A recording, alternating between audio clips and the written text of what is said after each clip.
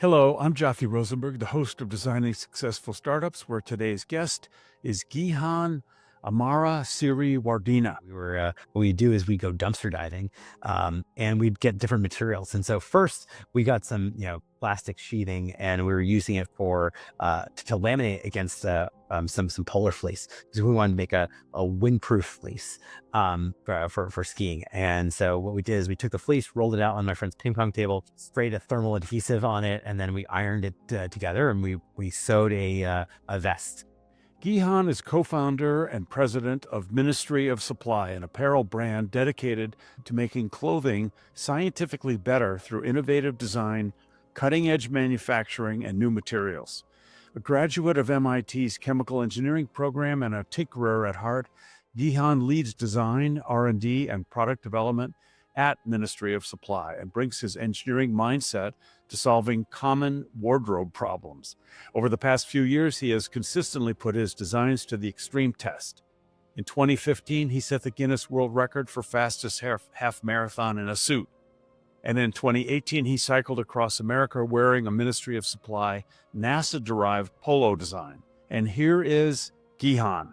And I tried saying your last name. The people that put put a form on a website, they might not make it big enough for your name. I know. It's Gihan Amarasiriwardena, and when I was taking, like the SATs and stuff like that, they fortunately had 16 characters, because that's exactly how many bubbles I had to fill on the test. So yeah. Well, you've got Siri in the middle of your name. Yeah. That's right. Yeah. It probably causes people's home pods to go off too. So yeah. I'm sure. Okay, so first thing I like to do is asking you, where are you originally from and where do you live now? Yeah. So I'm originally from Amherst, Massachusetts. Grew up there, all the way from all the way through high school, and then it's a place where it's a college town. It's very outdoorsy. I grew up as a Boy Scout, and so went camping pretty much every month. Would go backpacking, biking, or canoeing, basically, as one of the three. And so really fell in love with outdoor gear, and the testing grounds were the Robert Frost Trail that goes right by my parents' house. So it was very much a place that, like, if you're an outdoorsy kid, it was a heaven to grow up in. So and then I ended up moving to Boston back in 2007 for college. I went to MIT and studied chemical and biological engineering, and it was kind of that shift from kind of rural, college town to the city that started making me think a lot about how much I love my outdoor gear, but at the same time, wanted to look a little bit sharper, a little bit, I was also biking a lot in terms of bike commuting. And so a lot of those functions of, how do you maintain moisture management, wrinkle resistance, etc., started to, kind of get, seep into my brain as I was commuting to some labs I was working at the time. And then, more recently, I've actually moved to Oslo, Norway. So I split time between Norway, where I spent about 3/4 of my time, and then Boston. My wife's Norwegian, so we're raising our kids up over there. I've done the flight as we went to Oslo last September, and I just don't know how you do it so often. How do you? Yeah. What? And I'm, you're a startup guy, so I doubt you go first class. I know, it's always kind of, fortunately, I'm a little bit on the size where it helps there, you get a little bit more room, which is always great. But my big thing is one bag travel. I try to make, there's no difference between what I carry for, a normal day in the office and when I'm, traveling, across the ocean. And so I just carry my, Arc'teryx Aero backpack, and it's got, my laptop. It's always got my toiletry kit, etc. And it just makes it so that I'm ready to go. And so actually yesterday I just flew back. I took a flight through Iceland, and there's usually the layover is about an hour 55 minutes, and I've got it all timed out so that I can hop out of the airport, go for 5-mile run, and then come back, and I'll do a sponge bath basically, and fly up. But it's a nice way to break up the flight. The airport has these really awesome bike paths right next to the airport. You're going through these lava fields, and then you can hop over to the ocean and take a little look and turn around. But it's these little things that I find that, like, I know we make clothes that are like awesome for travel and for work and stuff like that, but it unlocks something like that, like being able to uh, hop out of the airport for less than 2 hours and do a little sightseeing tour.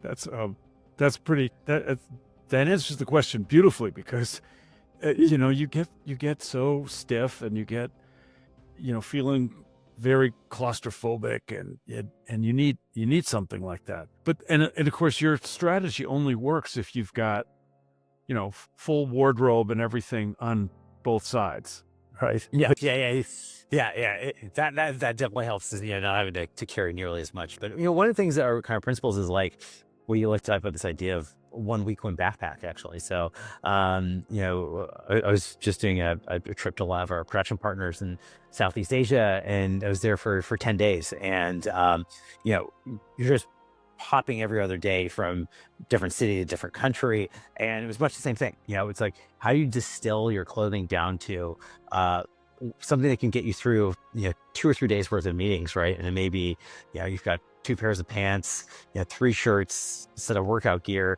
and a lot of that can compact down quite small. And so I usually just travel for 10 days, 2 weeks, with just the same backpack. And it allows those little opportunities where you can just hop out and go for a run. And I think it's this test that like really forces you to distill like your products down to this, their essentials, and think about all different use cases. Whether it's going for a hike, a run, but at the same time you've got presentations that you're doing. You're also in the factory, so these are all different use cases that kind of show the need for versatility when we're traveling. So it's something that we really try to use as a source of inspiration. Okay, so your company is called Ministry of Supply, That's which is an interesting name. And so tell us about the name and what it is and why you started it. Yeah. So, if you've ever watched James Bond movies before, there's usually the scene early on where, Bond is figuring out his kind of new mission. And after he's been given his mission, he goes down to go see Q, and he goes into some underground lab. And Q, who is the designer of all the gear and gadgetry for Bond, is based on this real person named Charles Fraser Smith. And his cover was the British Ministry of Supply, and he created gear and gadgetry for the British Special Forces and operations teams in World War II. And he's this agency, the Ministry of Supply, has really become kind of like the inspiration for us, right? It's inventing and creating gear and products for people on their daily missions. And yeah, it was actually recently made into a movie called Operation Mincemeat, and it's all about the Ministry of Supply. There's really a movie that we should go see now. That's called. Yeah, exactly. That's all right. All right. That's awesome. You make all kinds of clothes, right? Yeah, yeah. And you've personally done a lot of the work on it, and you've done some pretty outlandish things to test some of the clothing. Like, what did you got a Guinness World Record? What was that about? Oh. Yeah. I mean, so like a kind of summary of Ministry of Supply. What do we create? We create performance clothes for work, and you can kind of start to get a sense of like a lot of our passion comes from being athletes ourselves, right? And experiencing this change. When I grew up, when I started running cross country track, we were still wearing cotton jerseys at the time, and so you would just sweat through these shirts, and you'd be completely soaked. You'd go on to another race, you'd be either cold or hot, and it was just not an effective way to run, carrying all this extra weight on you of all that sweat. And this is just about the time that Tri-Fit, Under Armour were coming about, right? And so personally, I had to kind of witness this transition to a lot of the performance materials that were happening, and experience myself how that allowed me to run longer, run further. And I'm also a avid cyclist as well. And so those are my kind of two my three hobbies are basically, it's like running, cycling, and then now cross country skiing as I'm living in Norway. But I have a tendency to just go forward. I'm not so good at the lateral sports. But yeah, they're all instances where like the gear that you have makes a huge difference in your endurance. And so um, what we create is clothing that takes a lot of those same principles of moisture management, four-way stretch, wrinkle resistance, machine washability, all things that are kind of innate to performance clothes, but bring them to what people wear every day to work. And one of the interesting things that's happened is over the past few years, maybe 10 years ago, people were just starting to understand what, polyester was, or nylon, all these performance fibers. And it was, you know, something that required convincing. People were maybe aware of like, leisure suits of the 70s, but they hadn't experienced all the innovation in these fibers that had happened in the past several years. And so it wasn't really until, I'd say like past 6 or 7 years really, where athleisure really blossomed and people started themselves, taking all these, their running shirts and joggers, for example, and wearing them casually on the weekends, right? And this is the birth of athleisure, to kind of 10 years ago when it was really starting to take off. And that built awareness around how comfort allows you to kind of stay in the moment, right? And not have to think about, what am I going to change into? And so when we started the company back in 2012, a lot of this was in its very early stages. We launched on Kickstarter with a performance dress shirt that uses NASA phase change materials in it, and it was something that was the most fun fashion project at the time. But over the years, we've continued to kind of evolve our product line, and so we like to kind of think of these classic silhouettes: a dress shirt, a suit, and re-envision the materials that go into them, thinking about first, how do we make a best-in-class dress shirt or best-in-class, suit, for example? And so, for our suiting, we use this special material. The fibers are shaped like a slinky, so they have an inherent stretch and resiliency built into them.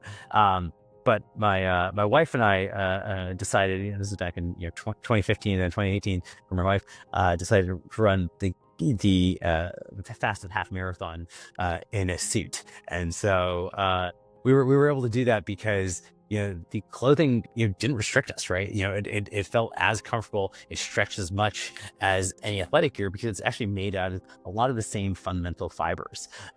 So these are these instances where we like to really kind of push products kind of to their limit. We understand people aren't going to run to work in our clothes, but the fact that they can, right? Like it means that if you're late for a flight and you're running across the airport, that one, you can stretch and not have to worry about blowing out a seam. And when you get to the gate, instead of like having pit stains, it's actually quickly wicking away and quickly drying, right? Another test was I biked across the country back in 2018 from Boston to San Francisco, and I did it all wearing one of our polos. It's called our Apollo polo. It's made of this phase change material that it's built. I started back in 2018, and it's made out of this material called phase change material that melts and freezes right around your skin temperature. It's really good at temperature regulation. So and it helped me through the Nevada deserts, the kind of hills and heat and humidity of Kansas, and it was tested over 3,000 miles, and again, one of the instances.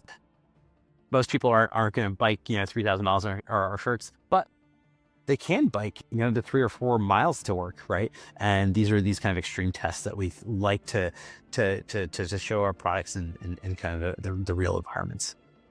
How does the material not retain your body odor? Yeah, no, that's a really good question. So, one of the fundamental, causes of body odor is bacteria growing on the fiber. And so typically what happens is, for bacteria to grow, it needs two things. It needs heat and humidity, and then it needs also food, right? And so what you want to do to create a low odor environment is make sure that you're mitigating the growth of those. So what we really focus on is how do we reduce the heat and humidity? So that's allowing airflow in the fabric. So our poly fabric is 19 times more breathable than a traditional cotton shirt would. So it's allowing that air to flow through. So both you stay cooler, so you're not sweating in the first place. And when you do start to sweat, that humidity is dissipating. So again, kind of lowering that climate for bacteria to grow in. But then the second part of the bacteria is starting to grow. It typically is on a lot of the skin oils that, will stick on the fibers. And this has, sometimes been a case with a lot of your traditional performance fabrics. We look at a variety of different techniques. In some cases, we're actually embedding carbonized coffee in our fabric. So we take coffee grounds from Starbucks in Taiwan.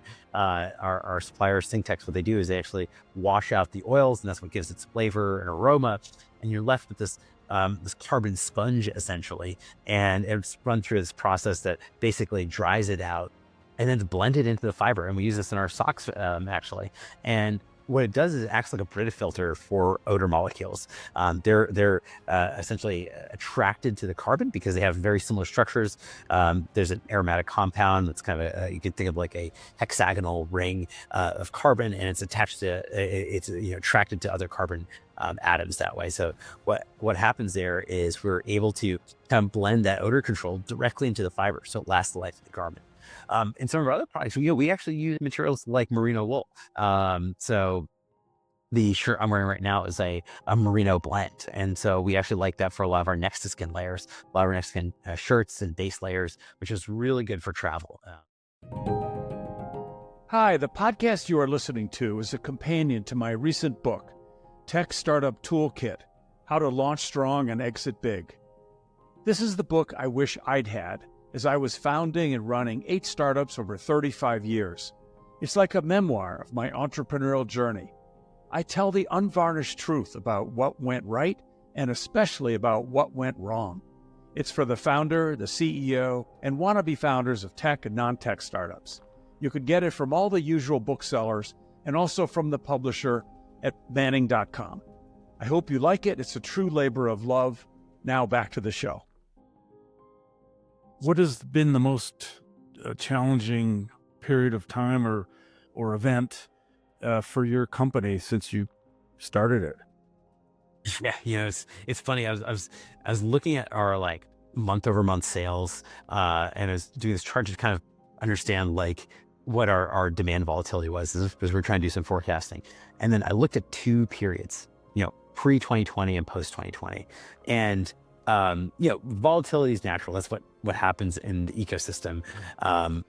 But pre-pandemic, our sales would maybe go up or down, 25% month over month.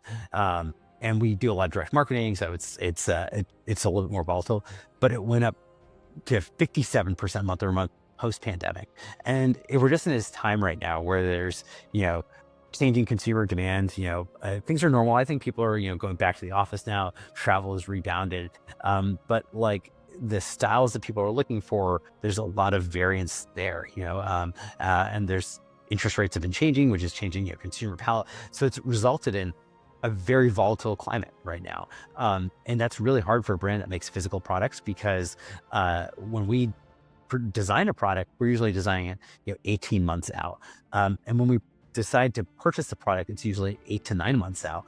And if you can remember, especially 2 or 3 years ago, the world looks so different, every 2 months, even, whether it was, a change in, the strain that was out there, change in, policies that were happening in terms of, back to work and travel restrictions. And yeah, it sounds like it's been 2 years since that, but there's a lot of knock-on effects because of all that volatility. So it meant that, inventory built up over time, because, you're trying to predict it. You're basically trying to, drive a semi truck, but from the rear axle. And so it becomes really, really hard. Right. And so what we've started thinking is like, how can we be much more agile? And that's meant, rethinking how we produce our products in particular. And, it went from being this thing where there's frustration around like, we can't predict what's going to happen right now, right? And it would create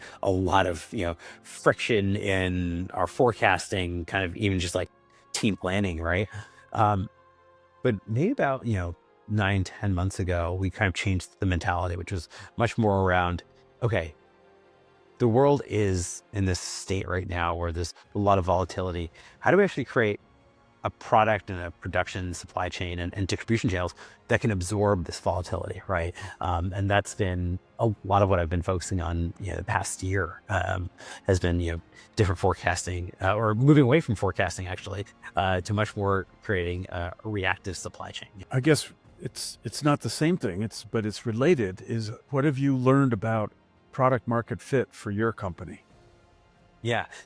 One of the things is like, when we think of product market fit, your product can be broken into many different layers. And, pre-pandemic, our core business was like dress shirts and suits. That instantly went away overnight, in 2020. And so we were really struggling to figure out what do we do next, right? You know, First it was, creating masks, for example. We had a supply chain that could do very fast on-demand production here in our Boston store. We have a knitting machine, computerized knitting machine that can just spit out, basically, 10 masks an hour, right? And it could run all day and all night, and we could, send these designs to our manufacturers. And so what we learned through that was our expertise is actually around materials innovation, materials development, product testing, and manufacturing innovation. That's kind of what we were really thinking about where we focus on.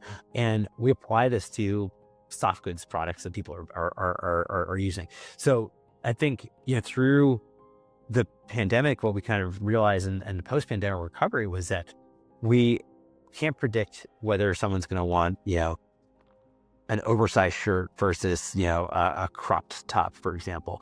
Those style changes will happen, especially even now, where there's a lot of demand that's just being generated, via social channels, and trends are moving very quickly. That's hard to anticipate.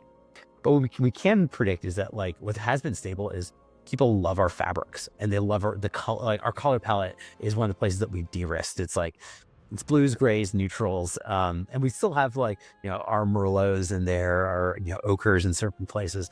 But for the most part, we've really said, our differentiator is our materials, our fabrics. And we spend a lot of time in research and development of those. And we can basically position materials in our supply chain so that we have, undyed fabric, ready to go. And then we can actually dye it into some of our core products. And then if, we need to create, if shorts are selling faster than pants, for example, which it was in 2020, summer 2020, our short sales were 3x what they were, especially relative to pants, because everyone was wearing shorts, on camera, and we wouldn't have known. But you start to see this, right? And so you start to think, like, okay, how do we divert our demand, and our production to meet where demand is? And a lot of that can be done when you save a ton of time on the materials production and the dyeing process. And so it's helped us distill, what are people coming to us for? They're coming for convenience, comfort, durability, and our sustainable materials. And all that's at the material stage. And so we really try to think through that we can predict and forecast. And then the style is something where we want to have a very clean, modern aesthetic, but we're not developing brand new silhouettes. That's not what we feel our role in this ecosystem is. What we do think our role is to lead in terms of manufacturing innovation, in terms of materials innovation, and then also how we pull that together in terms of sustainability. And your model has always been that you're selling direct. Do you have any resellers that sell your brand, but in your stores? Yeah, we've been predominantly direct to consumer. That has been, though, like, we've got our physical store here in Boston. We're also online, and we do now have some other channels where we're selling through Nordstrom, for example, and Amazon is another seller. So we are expanding beyond, just our four walls, literally here. Yeah. And are you starting to see more volume pick up through those other channels, through the resellers?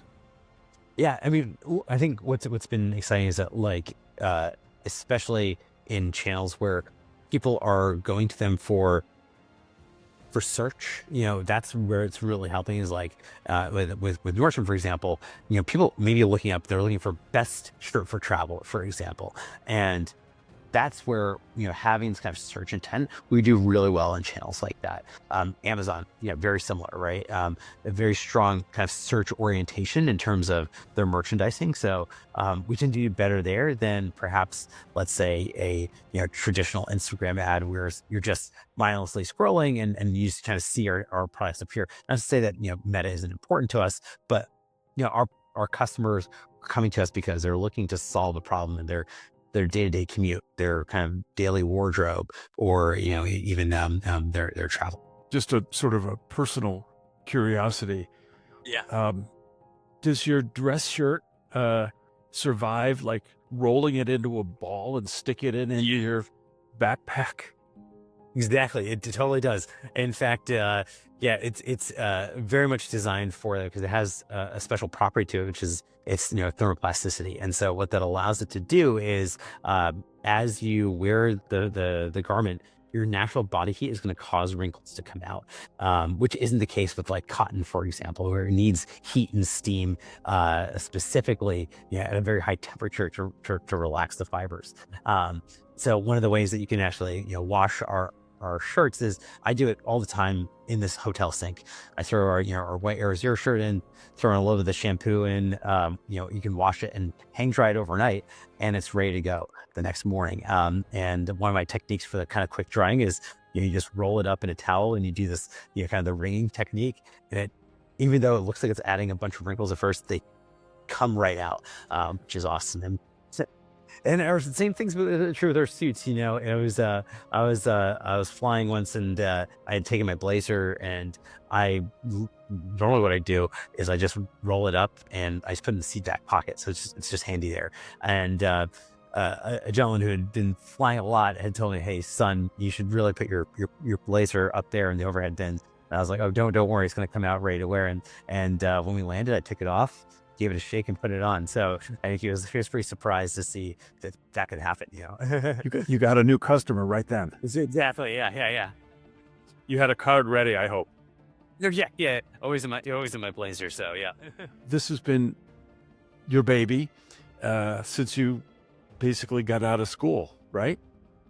Yeah. I mean, it was really interesting. So my co-founder Mon and I, we met actually at MIT because one of our professors was seeing that we were working on the exact same concept, and we were taking this class called how to nuts and bolts of a business plan. And basically, what we were doing is pitching the same concept. We were coming to class. We were in different sections, but with our prototypes, Amon, my co-founder, was basically cutting Nike dry fit running socks and sewing them to gold toe dress socks. He was a consultant before, flying to the client site every week. And his thing was, on Thursday evening, when you're flying back, you want to take your shoes off and just kind of relax on the plane, or at least take the shoes off. He's working a lot on the plane, but that sensation was something you couldn't do because you're worried about what people are going to think about with like any odors or anything like that. So that was the inspiration for our Atlas socks, the ones that have the coffee grounds in them. And for me, I was commuting a lot, through the city, but bike commuting.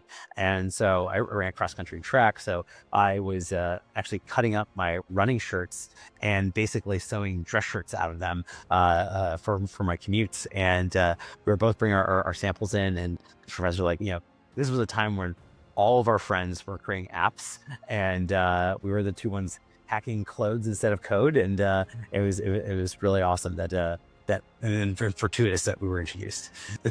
You could just take those, cut up materials and you could sit down at a sewing machine and create a shirt. Yeah. So I've been sewing clothes since I was about 12 years old because as a scout I used to make my own climbing camping gear. So everything from rain jackets, sleeping bags.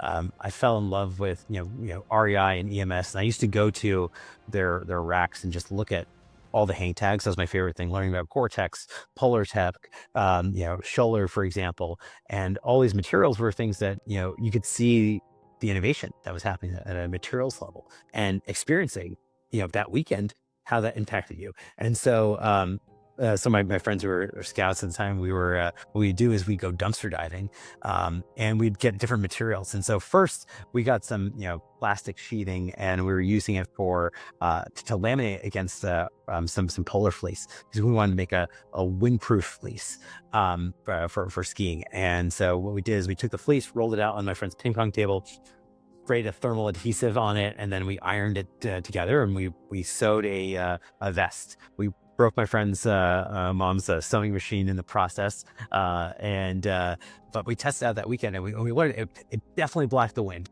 It also did not breathe at all, and we were just so sweaty and wet in it. So it caused us to learn the second thing, which is, how do you create, breathability, right? It's not just about, protecting you from the outside, but also allowing your body to, expel heat and moisture. And so learned that, Tyvek home wrap was a great alternative to Gore-Tex, much cheaper, and you could get it from, construction sites basically. And yeah, that's our, like, our dumpster diving was really driven through that. Yeah. That's amazing, because we know this, that startup people have grit, and you hinted at it in a couple of the comments that you've made, but tell us more about it. Where do you think your grit comes from? Yeah, I think, like, I'm an engineer at heart, and so I love problems, and I love two things. It's building new things and fixing things. It's both of them give me kind of like equal joy. And so what I've found is, like, at different points in the company experience, in some stages you'll be in building phase, but when things go, left, the market goes in a different direction. What you can oftentimes think of is, okay, these are external forces, we can't do anything about it, or you actually turn into a really fun problem. And I think that has been something that motivates me personally, is the thrill of, defining these problems and trying to fix and create a solution around them. And it's just like kind of, like engineer's mindset, but it's something that's, I think, really up through a lot of these kind of, dark moments and kind of company's experience and history. But we come out on the other side, and you get a feedback loop, right? As part of the engineering process, you design, you build, you test, and you continually improve. And I think it's that search for kind of the new improvement opportunities. As long as you're progressing, it allows you to feel like you're moving forward. I actually have to sneak one more question in. Yeah. What's the ultimate goal for you with Ministry of Supply? Is it to sell it to hopefully an innovative garment company, or do you stay independent and do an IPO, or a third alternative that I haven't asked about? Yeah. I mean, I think for us, like, where the home ends up, or, whether it's our own or with others, I think our vision's really become the Dyson of apparel. And what that means is, how do we drive innovation in so many different levels of the design, the materials, and, even the manufacturing of the product, but through the lens of apparel that people wear every day, and particularly when they have to get work done. And that, as long as we are pursuing that vision, I think it can be in any place, whether it's on our own independently or within a larger organization. Well, thank you very much. This has been fascinating. Absolutely. That's a wrap. Thanks for tuning into this week's episode of Designing Successful Startups. Check out the show notes for resources and links, and please follow and rate us at podchaser.com/designing successful startups. Also, please share and like us at your social media channel. This is Jothy Rosenberg saying TTFN. Ta-ta for now.